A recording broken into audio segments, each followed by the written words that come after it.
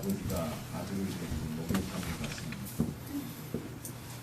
목욕탕에 가서 탕 속에 아버지가 들어가서 하시는 말씀이 뭐겠어요? 아 시원하다 그랬더니 아들이 들어가려고 발을 딱 담그는 순간 깜짝 놀란 겁니다. 왜요? 뜨겁거든요. 그래서 세상에 믿을 놈 하나도 없고요.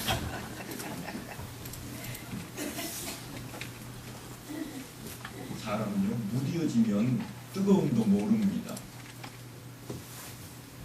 무뎌지면 죄로 무뎌지면 죄를 짓는 것조차 모릅니다.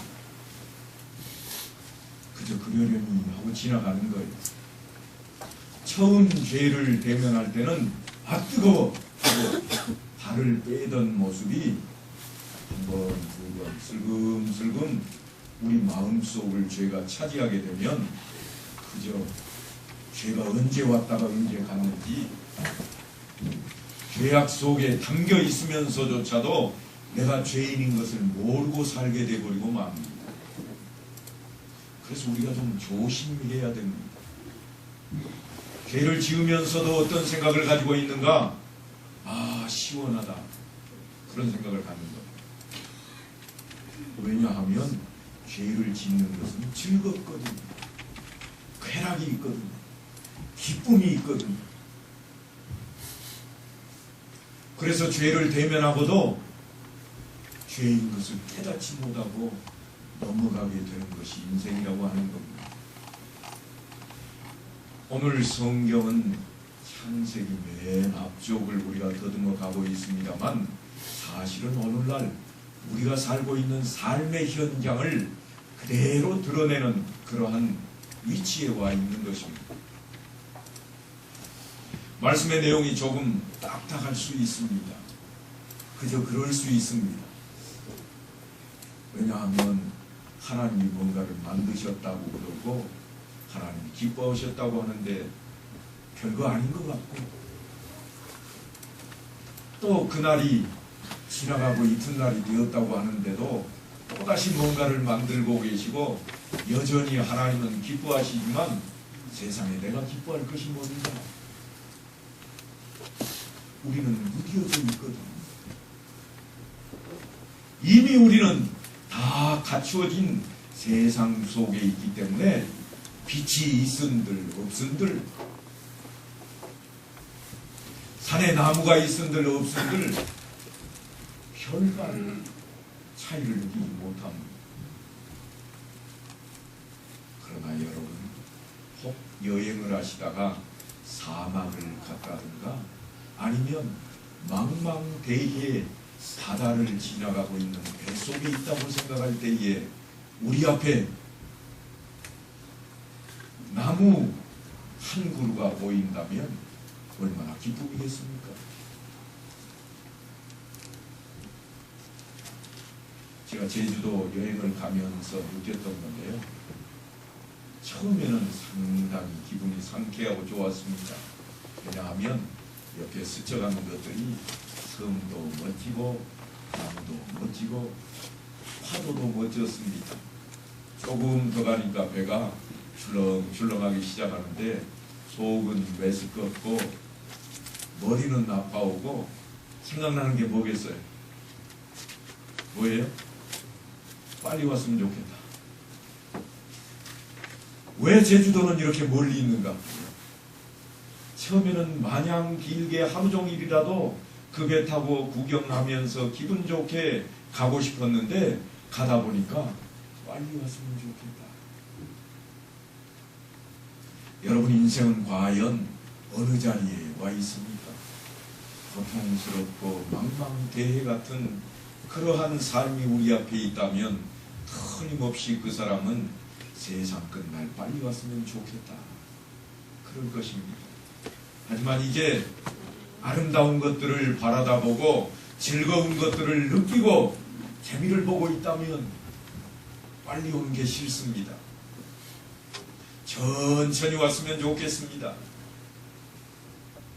그것이 우리 인생 살이일지인데 오늘 창세기 1장을 보니까 하나님께서 모세를 통해 우리에게 그러한 것들을 알려주고 있습니다. 애굽에서 종살이하던 이스라엘 백성을 구원하시고 건져내신 그 하나님께서 그들을 신의 산 아래에서 만나십니다. 이스라엘 백성들이요, 꼭 우리 같은 인물들입니다. 애굽에서 꺼내줄 때 너무나도 좋아했습니다. 애굽 나라에는 메뚜기 떼가, 파리 떼가, 이 떼가 득실득실거려서 그 사람들 다 죽을 것 같은 그 땅에서 건져내주신다고 하니 얼마나 감사합니까? 그 땅에는 캄캄함이 있고 장자들, 짐승들, 첫 새끼까지 다 죽는데 우리는 아무도 죽지 않는다. 얼마나 감사하고 기쁜 일입니까? 그런데 얼마 가지 않아서 모세를 따라가던 이스라엘 백성들이 원망하기 시작합니다. 뒤에 애굽 군대가 쫓아오고 있습니다. 그를 바라보는 이스라엘 백성들이 간담이 서늘해져서 하는 말이, 우리를 여기다가 죽여서 매장시키려고 끌고 왔느냐? 차라리 애굽 땅에 있었더라면 죽지는 않았을 것 아니냐. 원망을 합니다. 그런 이스라엘 백성들이 하나님의 놀라우신 은총으로 지금 신의 산 아래까지 와 있는 겁니다. 그 자리에 하나님께서 하나님의 거룩하심을 나타내시고 계명을 주셔서 하나님의 백성답게 살아가도록 하기 위해서 하나님의 그 요구하심을 모세를 통해서 지금 창세기로 기록하게 하고 있는 겁니다. 그러니까 지금 하나님이 만드시는 것을 우리 한번 구경해보자, 그런 차원에서 창세기 1장을 보고 있는 게 아닙니다. 어떤 차원인가 하면 우리를 살리신 하나님, 죄악 가운데서 우리를 건져내시고 저 천국을 살아가신 그 하나님께서 어떤 하나님이신가, 그것을 우리가 알기 위해 창세기를 대하고 있습니다. 하나님 과연 어떤 분이신가? 세상을 만드신 분이시로구나. 이것이 우리에게 지금 와닿아야 됩니다. 세상 만드는 것을 우리도 한번 같이 구경해보자, 이런 것이 아니라 세상을 만드신 그 하나님, 그럴 시간 우리가 좀 찾아야 됩니다. 그래서 조금 딱딱할지라도 귀를 좀 세우시고 들으셔서 하나님이 어떤 분이신가 하는 것을 찾아야 되겠습니다. 이스라엘 백성들로 하여금 너희는 거룩해져야 된다. 거룩하다고 하는 것이 뭐라고 그랬죠? 생각도 안 나시나요? 한번 다 같이 따라서 합니다. 구별되다. 구별되다. 구별되는 거예요. 성경에 거룩하다는 말씀이 많이 나옵니다만 이 말씀은 구별되는 것을 의미합니다. 어떻게 구별되는 것이냐? 세상적인 것과 구별되는 겁니다. 조금 더 심하게 이야기하자면 죄악과는 담을 쌓고 구별하는 것. 헛된 것들, 헛되고 헛되다 했던 그것들과 구별되는 것이 무엇인가 하면 거룩하다, 이것입니다. 하나님께서 우리에게 그걸 요구하십니다. 내가 거룩하니 너희도 거룩하라. 그 말은 세상에서 살지 마라, 그런 이야기가 아니고 구별하라, 그런 이야기입니다. 그래서 그것을 요구하시는 그 하나님이 과연 누구시고 우리에게 무엇을 원하시는 분이신가? 왜 그렇게 하시는가? 여기에 대한 중요한 내용이 이 창세기에 기록이 되고 있는 겁니다. 태초에 하나님이 천지를 창조하시니라 하는 이 말씀은 창조에 관한 모든 것을 함축하고 있습니다. 아주 분명한 하나의 선언입니다. 태초에 하나님이 천지를 창조하십니다. 하나님이 이런 분이시다, 그것을 담고 있는 겁니다. 그래서 우리가 성경이라고 하는 것을 통해서 객관적이고 또한 인간들이 요구하는 어떤 호기심을 만족시킬 만한 그런 정보를 얻고자 한다면 실패하는 겁니다. 우리가 살아가는데 답이 성경이 있다니까 한번 보자, 그렇게만 생각하고 들여다보면 아무리 보고 또 봐도 내일 이사하는 이야기는 안 나와 있습니다. 아무리 보고 또 봐도 우리가 할 일이 다 기록되어 있다는데 양파를 언제까지 심어서 하는 일이 하나도 안 나와 있습니다. 그런데 모두가 다 성경에 우리가 살아갈 모든 일들이 기록되어 있다고 그럽니다. 그것은 왠가 하면 천지를 창조하신 그 하나님, 그것 때문에 그렇습니다. 만드신 하나님, 그 안에 우리가 있기 때문에 그 말씀을 강조하고 있는 겁니다. 이스라엘을 애굽에서 구원하시고 거룩할 것을 요구하시는 그 하나님이 누구시고 그런 목적이 무엇인지에 대답하기 위해서 이 창세기를 기록해 놓은 겁니다. 그러니까 내가 그 입장에 처하지 않으면 하등 상관이 없는 책이 되어버리고 맙니다. 그래서 예수 믿지 않는 사람들에게는 창세기가 아무런 감흥을 주지를 못합니다. 예수 믿지 않는 사람에게는 이것도 무슨 경이냐? 그저 이스라엘 사람들 살아가는 거 기록해 놓은 것이지 그런 정도 이야기거리밖에 안 된다고 하는 겁니다. 하지만 내가 구원을 받았고 하나님의 백성이 되었다면 그 차원에서 보면 전혀 다른 것입니다. 과연 내 아버지가 되시는 하나님은 어떤 분이신가? 왜 그분이 나를 예수 믿게 하셨는가 하는 것이 그대로 기록이 되어 있기 때문에 그렇습니다. 창세기는 하나님께서 세상을 어떻게 만드셨는가? 거기에 대한 설명으로 기록된 것이 아닙니다. 인간이 창조 세계에 있어서 최고의 절정입니다. 그 인간이 천하 만물을 다스릴 수 있도록 유익하게 환경을 조성하신 것이 특징이라는 것을 알려주고자 성경이 기록되어 있는 겁니다. 그러니까 성경은 창조기사를 하나님께서 인간을 위해 우주 만물을 창조하셨고 역사를 주관하신다 하고 밝히고 있는 겁니다. 그래서 오늘날 우리에게 구원을 얻은 백성의 궁극적인 보상이 뭐냐 할 때 영생복락이라 그럽니다. 영생복락이라. 성경은 이 영생복락을 설명할 때 뭐라고 달리 설명을 하고 있는가 하면 새하늘과 새 땅이라 그럽니다.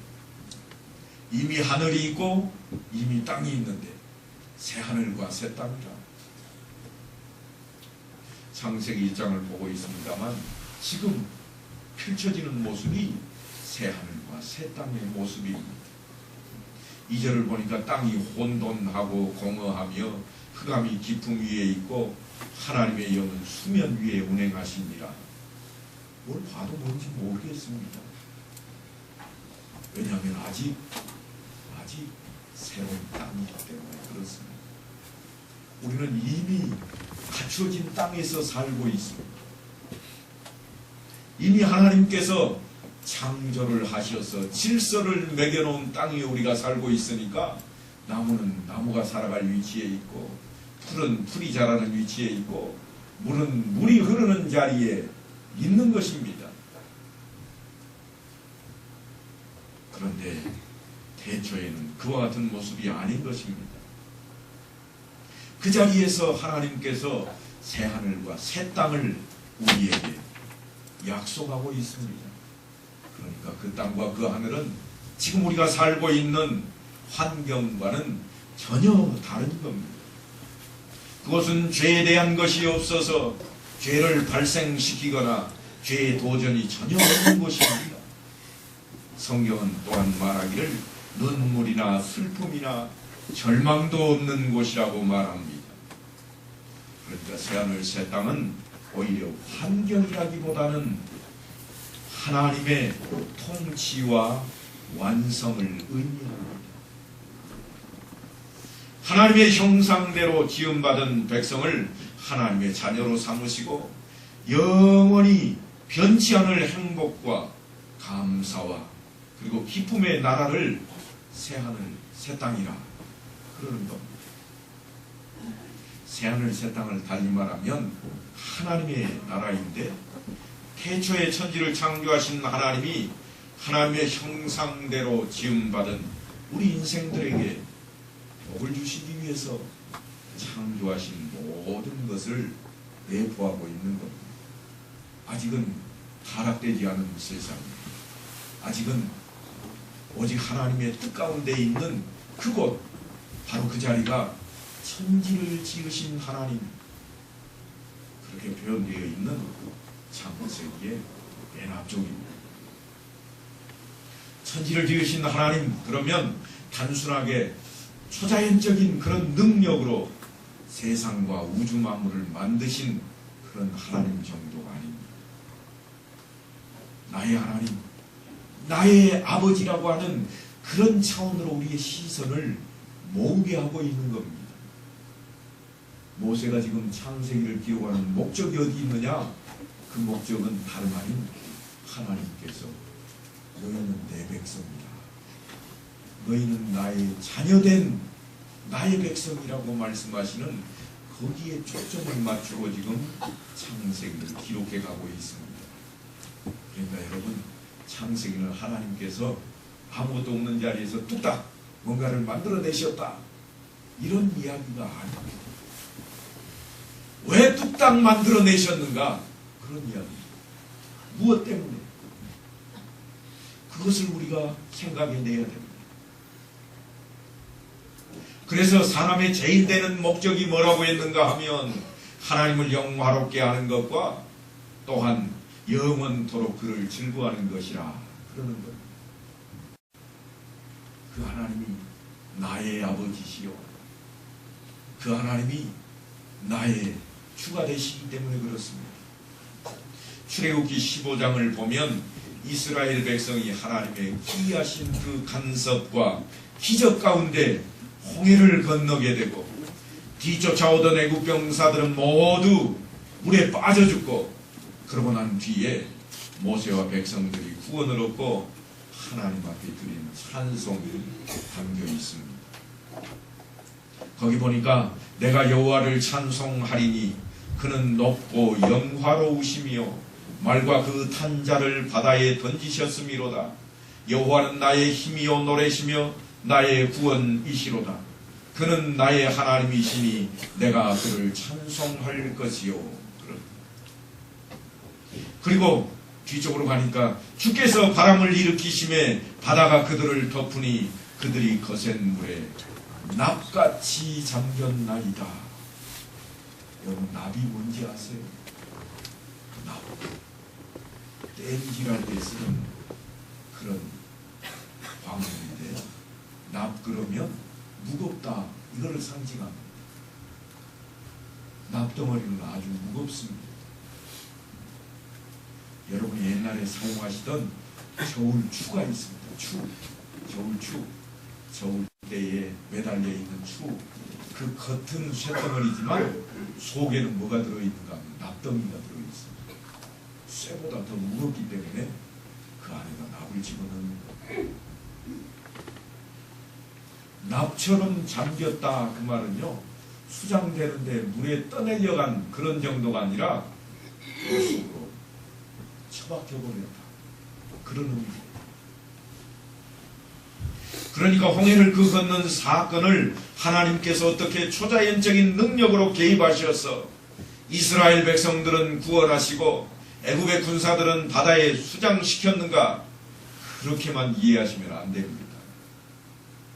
창조기사와 마찬가지로 이스라엘 백성들을 흉흉한 그런 바다의 그 깊음 속에서 꺼내시는, 그리고 약속의 땅으로 부르시는 그 하나님, 그걸 찾아내야 돼요.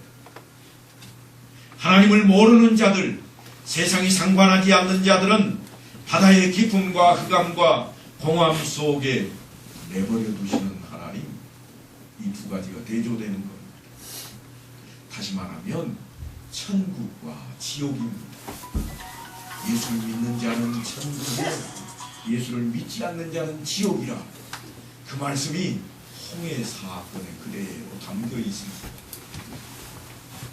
그냥 이스라엘 백성들은 홍해를 다 건넜고 애굽 군사는 물속에 다 빠져 죽었다, 그런 전쟁 이야기가 아닙니다. 하나님께서 택한 백성은 건짐을 받고 택하지 않은 백성은 흑암 속에 빠앉는다고 하는 것이 홍해 사건에 담겨있는 의미입니다.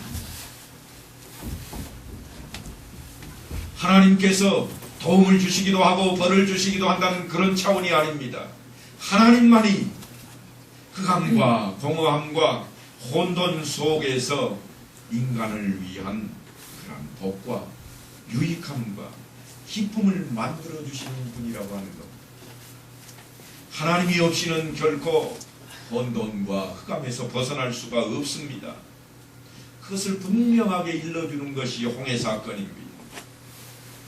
그리고 거기서 끝이 아니라 하나님께서 이스라엘 백성을 젖과 꿀이 흐르는 땅, 거기까지 인도하시는데 종이 되었던 이스라엘이 살아왔던 애굽이라고 하는 장소와 젖과 꿀이 흐르는 그 장소를 비교하는 그런 차원이 아니라, 장소적인 것이 아니라 황무지밖에 만들 수가 없는 존재가 우리 인생들이지만 하나님께서 개입하시면 어떤 땅이라도 젖과 꿀이 흐르는 땅이 될 수 있다고 하는 것을 대조하는 겁니다.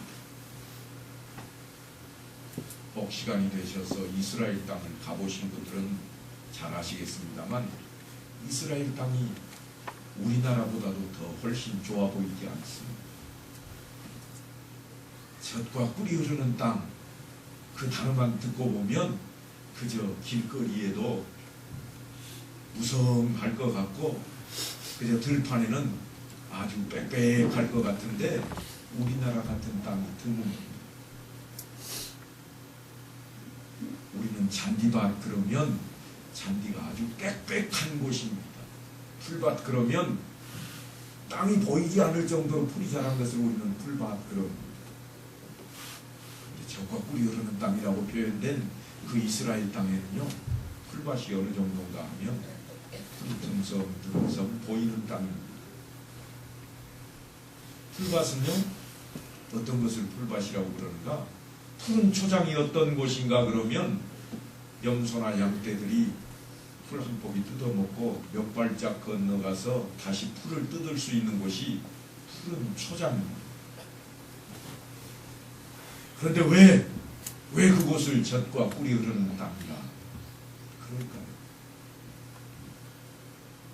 그저 강물이 늘 흐르고 있어서 주변에 수분을 담고 있는 그런 땅은 요단강 주변 말고는 없습니다. 나머지는 황량합니다. 먼지가 날리는 곳입니다. 그런데 왜 그것을 복된 땅이라고 하는가?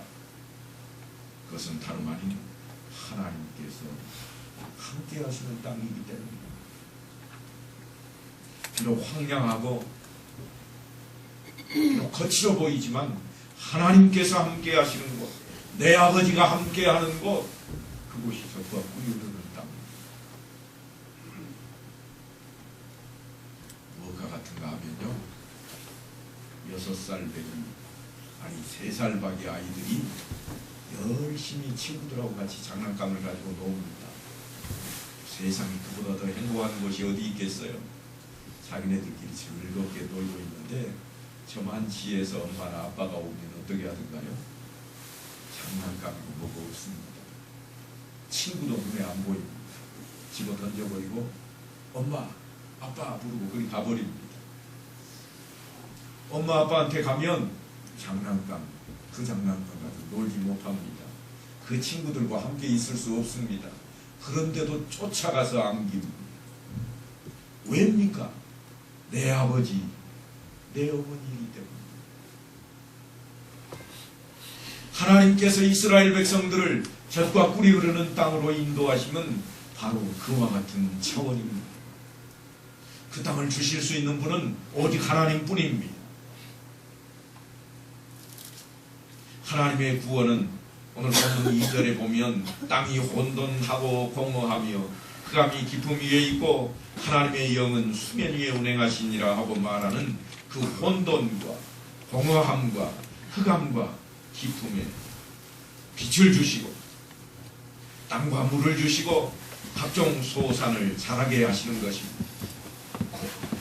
그러니까 우리에게 젖과 꿀이 흐르는 땅, 그것을 주시는 그런 정도가 아니라 모든 것에 유일하신 근원이 된다고 하는 것을 지금 강조하고 있습니다. 하나님이 계시기 때문에 젖과 꿀이 흐르는 땅, 하나님이 계시기 때문에 그 모든 것이 유익한 겁니다. 이것을 이사야 선지자는 이렇게 설명을 합니다. 옛적에는 여호와께서 스불론 땅과 납달리 땅이 멸시를 당하게 하셨더니 후에는 해변길과 요단 저쪽 이방의 갈릴리를 영화롭게 하셨느니라. 흑암에 행하던 백성이 큰 빛을 보고 사망의 그늘진 땅에 거주하던 자에게 빛이 비치도다. 이게 이사야 선지자를 통해서 하나님께서 전했던 말씀입니다. 그런데 이 말씀을 언제 이루시는가 하면 예수님이 오셨을 때 이루어 놓으십니다. 성취가 됩니다. 예수 그리스도의 오심과 우리의 구원자 되심을 흑암에 있는 자들에게 빛을 비추는 것이라, 그렇게 이사야가 설명을 하고 있어요. 그것은 마치 오늘 우리가 읽은 본문을 상기시키는 것 같습니다.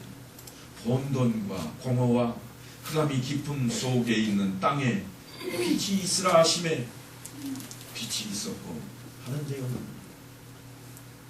이와 같은 창조사역이 그대로 오늘날 우리에게 반사되어 오고 있습니다. 사망과 흑암과 절망과 고통 속에 있는 우리에게 그 빛을 비추고 계시는 겁니다. 그래서 마태복음 4장에 가면 이렇게 이어집니다.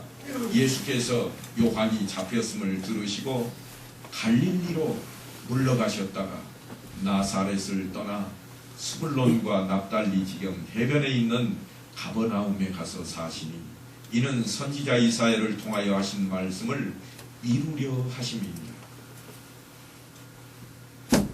그리고 예수님께서 그 예언을 이루고 난 이후에 어떤 모습을 보이시는가 하면 이때부터 예수께서 비로소 전파하여 이르시되 회개하라 천국이 가까웠느니라 하시더라. 그래 보았습니다. 한번 다 같이 따라서 합니다. 회개하라. 회개하라. 천국이 가까웠느니라. 천국이 가까웠느니라. 이게 예수님께서 처음 백성들에게 외친 말씀입니다. 성경이 기록된 목적이 뭔가, 거기에 대한 답을 지금 예수님을 통해서 듣고 있는 겁니다. 이 문제에 대해서 사도 바울은 고린도 후서에서 더 확실하게 접근을 해 들어갑니다. 고린도 후서 4장 6절에 보면 어두운 데에 빛이라 말씀하셨던 그 하나님께서 예수 그리스도의 얼굴에 있는 하나님의 영광을 아는 빛을 우리 마음에 비추셨느니라. 이래 놓았습니다. 우리 마음에 비추셨다. 햇빛을 쨍하니 비춰놓은 게 아니라 예수 그리스도를 통해서 우리 마음에 빛을 비추셨다. 우리는 보통 구원을 재창조라 그럽니다. 그래서 예수 그리스도를 믿겠다는 그런 표현을 하지만 실상은 하나님께서 우리 안에 그리스도를 아는 새로운 마음을 주시는 겁니다. 똑같이 듣기는 들어도 어떤 사람은 예수를 영접하기도 하고 어떤 사람은 영접하지 않는 것은 그의 마음에 예수 그리스도께서 빛을 비추어 주셨는가, 그 빛을 받았는가 하는 것입니다. 그리스도의 얼굴에 있는 하나님의 영광을 아는 빛을 우리의 마음에 비추시는 겁니다. 그래서 그가 나는 예수 믿겠다, 그렇게 고백을 하게 되는 거예요. 구원이라고 하는 것은 하나님께서 예수 그리스도를 이 땅에 보내신 것과 예수 그리스도로 말미암은 그 구원이 하나님의 은혜요 사랑이며 한없는 그 은총에 개입하시는 것입니다. 우주 만물의 창조도 똑같습니다. 환경과 자연계를 만드시는 것도 우리와 무관한 것이 아니라 우리를 위해서 만드시는 겁니다. 모든 장소, 행사, 영화 같은 데 보면 주인공이 언제쯤 등장합니다. 마지막 때 주인공이 등장하면 fanfare가 울리고 잔치는 바로 시작되는 겁니다. 그래서 하나님께서 그 잔치를 배설하기 위해서 어떻게 하시는가 하면 뭔가를 만들어 놓으시고 첫째 날이 지나가고 뭔가를 만들어 놓으시고 둘째 날이 지나가고 그래서 마지막 날 엿새째에 무엇을 만드는가 하면 사람을 만드시는 거예요. 사람을 만들어 놓고 난 뒤에는 어떻게 하는가 하면 fanfare를 울립니다. 일곱째 날이 되니 하나님께서 창조하신 것을 통해서 안식을 취하시는 잔치를 열어버리시는 겁니다. 누구를 위한 잔치냐? 다름 아닌 인생들을 위한 잔치입니다. 그래서 교회의 머리가 되신 또한 인생의 몸을 입고 오신 예수님께서 뭐라고 그러는가 하면 내가 안식일에 뭐라고요? 주인이라. 내가 이 잔치의 주인이다. 그렇게 말씀을 하시는 거예요. 그 사랑하는 아들을 이 땅에 보내심으로 하나님께서는 하나님의 형상대로 사람을 만드셨던 그 만물을 다스리게 하는 놀라운 은총의 시간을 이어가게 만드십니다. 비록 하나님을 떠나버린 인생들이지만 다시 그 자리에 예수 그리스도를 보내셔서 그 일을 행하도록 하고 있다고 하는 겁니다. 그래서 오늘 우리가 이 자리에 있습니다. 여러분이 잘 아시는 성경 구절이 있습니다.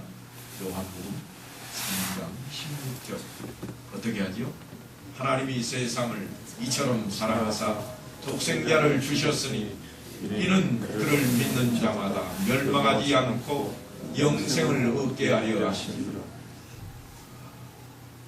우리 교회 성도님들이 어제 성경 고사대에 나갔으면 전부 한 문제로 맞은 겁니다. 얼마나 놀라운 말씀인지 모릅니다. 하나님이 건낮없이 느닷없이 그렇게 이 세상을 사랑하사 그게 아닙니다. 왜냐하면 이 세상을 사랑하실 조건을 이미 창조하실 때 이루어 놓은 겁니다. 내가 사랑하는 그래서 만들어낸 이 사람을 위해 세상을 창조하셨고 그 안에 우리를 거하게 하신 겁니다. 그래서 하나님이 그 세상을 사랑하사 그렇게 이어가는 것. 그 사랑이 연속성을 가지고 우리에게 이어져 오고 있습니다. 우리는 이 일을 통해서 분명한 믿음의 근거와 확신을 가지게 되는 것입니다. 예수님께서 이렇게 말씀을 하셨습니다. 누구나 좋아하는 그런 성경 구절입니다. 특별히 우리가 좋아하는 말씀인데 제가 한번 읽어보겠습니다. 마태복음 7장에 있는 내용입니다. 구하라 그리하면 너희에게 주실 것이요 찾으라 그리하면 찾아낼 것이요 문을 두드리라 그리하면 너희에게 열릴 것이니 구하는 이마다 받을 것이요 찾는 이는 찾아낼 것이요 두드리는 이에게는 열릴 것이니라.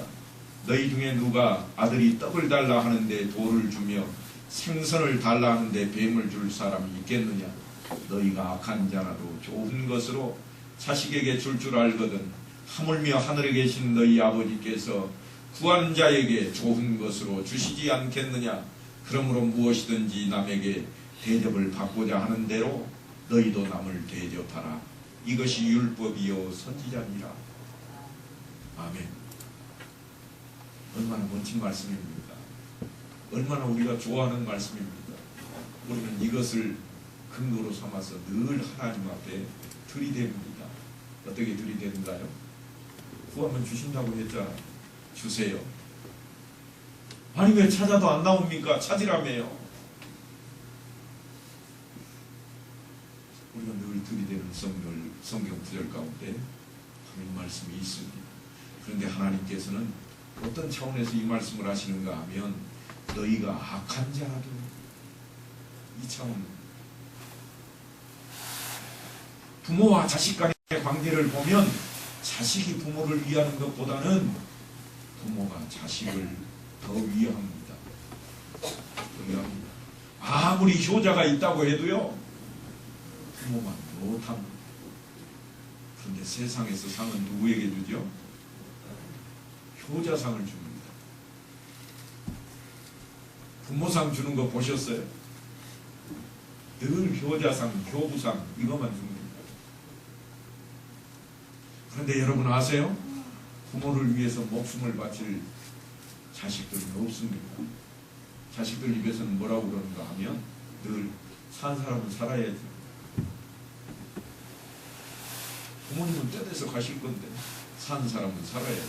부모님은 내 자식이 나보다 어떻게 앞서갈 수 있느냐, 내가 죽어야지. 부모는 죽겠다고 하고 자식은 살겠다고 합니다. 그러니까 부모가 자식을 더 위하는 겁니다. 아니라고 주장하셔도 제가 절대로 안 뺍니다. 어느 정도인가 하면 말할 수 없을 정도입니다.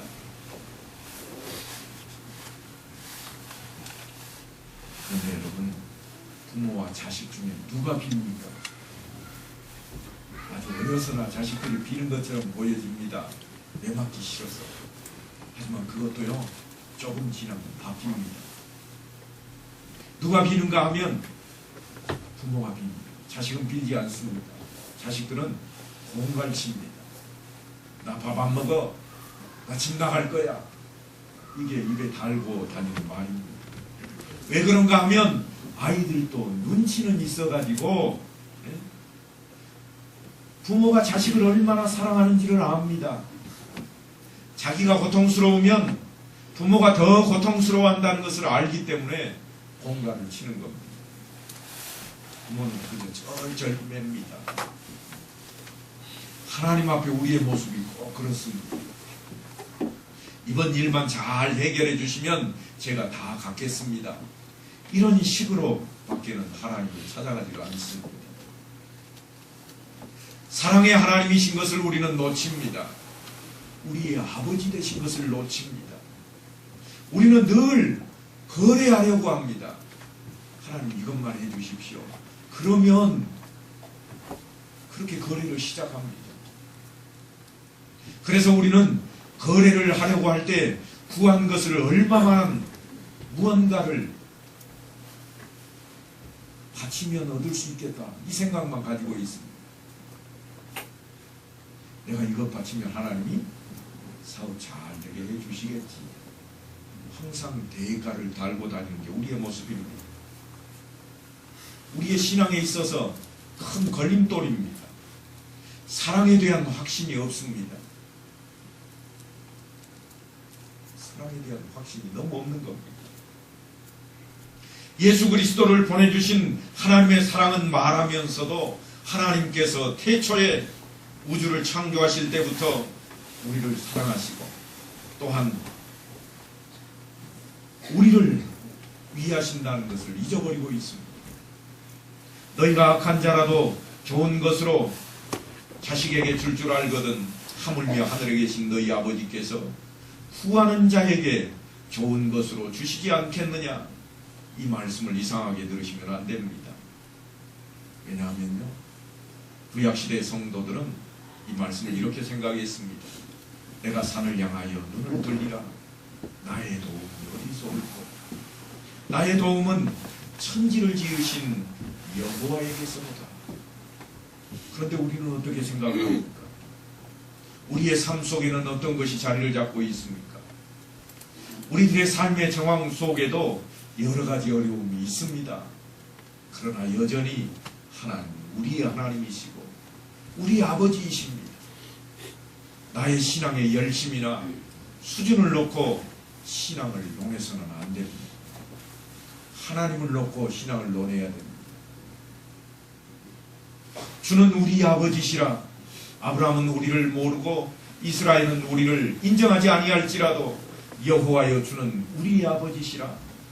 옛날부터 주의 이름을 우리의 구속자라 하셨거늘 여호와여 어찌하여 우리로 주의 길에서 떠나게 하시며 우리의 마음을 완고하게 하사 주를 경외하지 않게 하시나이까. 이 기도의 핵심이 뭔가 하면 이스라엘 백성은 아브라함의 후손이라는 겁니다. 그러니까 그들은 하나님을 모른다고 할지라도 하나님은 그럴 수가 없는 것을 아는 겁니다. 인간은 마음을 바꾸고 변덕을 부리고 배신을 할 수 있지만 하나님은 그러실 수가 없는 겁니다. 하나님은 우리의 아버지이기 때문에 그렇습니다. 우리를 만드신 분입니다. 우리로 하여금 가장 나쁜 형편 속에서도 믿음을 놓지 않게 하는 근거입니다. 우리의 신앙 현실이 자랑스럽고 자신의 찬날은 사실 거의 없습니다. 모두가 다 부정이고 또한 더러운 옷 같아서 바람에 나는 겨와 같은 속에 우리가 살아가고 있습니다.